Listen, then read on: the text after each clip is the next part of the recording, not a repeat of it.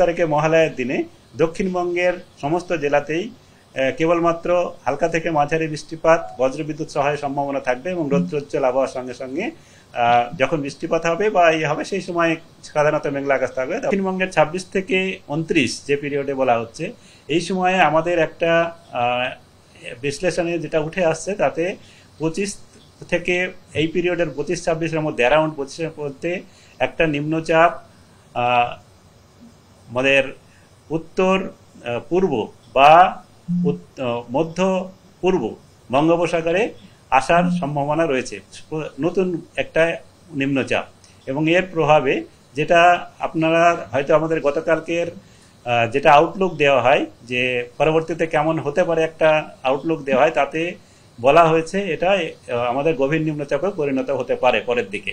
তো 30 থেকে 2 এই সময়ে বৃষ্টিপাত শেষের দিকে বাড়ার সম্ভাবনা থাকবে এবং উত্তরবঙ্গেও শেষের দিকে 1-2 জায়গায় ভারী বৃষ্টিপাত হয়ে যেতে পারে।